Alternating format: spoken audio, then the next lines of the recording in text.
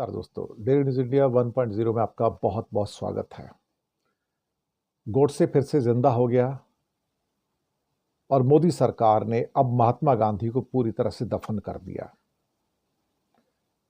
20 साल पुराना चर्चित प्रोग्राम मनरेगा, जिससे मोदी को बहुत नफरत थी। नफरत तो पूरी भाजपा को और आरएसएस को गांधी से भी है, पहले भी थी, आज भी और आगे भी रहेगी। सबके सब गोडसे के पुजारी हैं, इनका बस नहीं चलता, लेकिन अब इन्होंने गांधी को फिर से दफनाने का काम शुरू कर दिया है। मनरेगा का नाम बदला तो महात्मा गांधी का नाम बदल दिया और उसका नाम रख दिया विकसित भारत रोजगार एवं आजीविका मिशन योजना। नाम रखा गया वीबीजी रामजी। वीबीजी रामजी। कमाल की बात है, यानी कि अब मजदूरी तो 100 दिन से बढ़कर 125 दिन हो गई, लेकिन जो राज्य हैं उनके ऊपर बोझ बढ़ गया। राज्यों पे बोझ बढ़ा तो केंद्र अपना पैसा बचाएगा। अब 100 दिन की जगह 125 दिन की मजदूरी देने का मतलब क्या है? कि भारत में गरीबी बढ़ रही है, कम नहीं है। जब गरीबी बढ़ती है तो इसका मतलब ये हुआ कि मनरेगा का एक्सपेंशन होता है। अब आवश्यकता क्यों थी? समस्या ये पैदा होती कि इसमें आवश्यकता क्यों थी। वो कहते हैं कि गरीबी की दर तो घटकर 4.86% रह गई है। सिर्फ 2011-12 में हमारी गरीबी 25.7% थी, अब गरीबी घट के 4.8% रह गई है। तो फिर 80 करोड़ को अनाज क्यों दे रहे हो?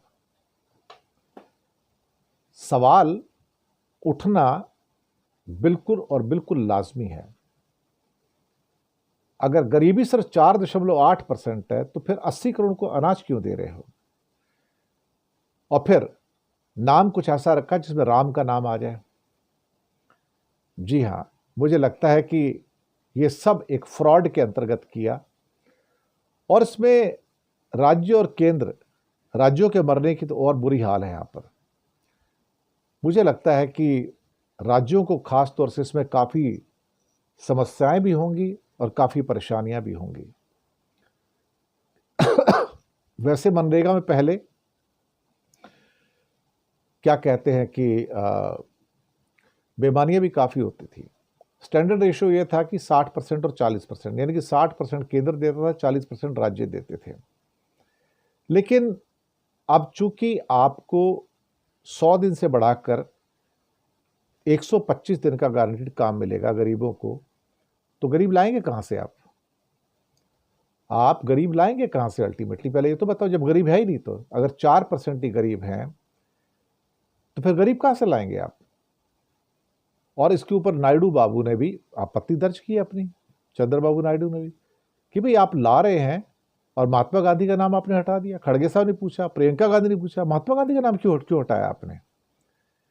देखिए, मैंने तो पहले ही कहा है, ये गोडसे प्रेमी सरकार है। इनका महात्मा गांधी के साथ जो भी रिश्ता है वो एक फ्रॉड का रिश्ता है।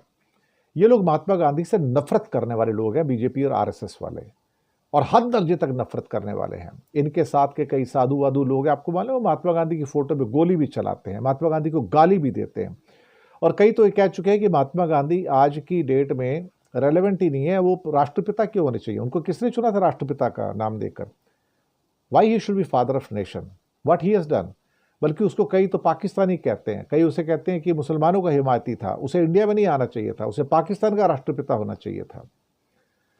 तो हमारे यहाँ के जो जाहिल लोग हैं ना, हिंदुओं में जो जाहिल लोग हैं, वो इस किस्म की बातें करते हैं। जाहिल भी हैं, गंवार भी हैं, और जो महात्मा गांधी को गाली दे सकते हैं वो आतंकवादी हैं। मैं आपको बताऊं, जो भी महात्मा गांधी को गाली देगा वो आतंकवादी है। जो अपने राष्ट्रपिता की रक्षा नहीं कर सकता, राष्ट्रपिता की इज्जत की रक्षा नहीं कर सकता, वहां से आतंकवाद पनपता है। और मुझे लगता है कि अगर विपक्षी पार्टियां ये कह रही हैं तो ठीक कह रही हैं, और गांधी को दफनाना इनका अल्टीमेट उद्देश्य है। ये वही हो रहा है जो बांग्लादेश में शेख मुजीबुर रहमान के साथ हुआ, वही भारत में होगा। थोड़े दिन रुक जाइए, आपको गांधी का कोई स्टैचू भी इंडिया में नहीं मिलेगा और फोटो भी नहीं मिलेगा। इनके एक साथी थे पहले, केजरीवाल, उन्होंने सबसे पहले गांधी की फोटो हटाई थी अपने दफ्तरों से, और अब मोदी हटाने जा रहे हैं। अभी तो शुरुआत मात्र है साहब, एक एक करके देखिए। गांधी का फोटो भी हट जाएगा, नोटों से भी फोटो हट जाएगा, बाकी जगह से फोटो और सब स्टैचू हट जाएंगे। गोडसेवादी आ गए हैं, इनका राज आ गया साहब, स्वागत कीजिएगा, आपको बस संतुष्टि मिलेगी। नाथूराम गोडसे को नया अब राष्ट्रपिता बनाकर घोषित भी कर दीजिएगा, अच्छा होगा। या फिर इस नई मनरेगा का नाम नाथूराम गोडसे मनरेगा कर दो, ज़्यादा अच्छा है। शुक्रिया आपका।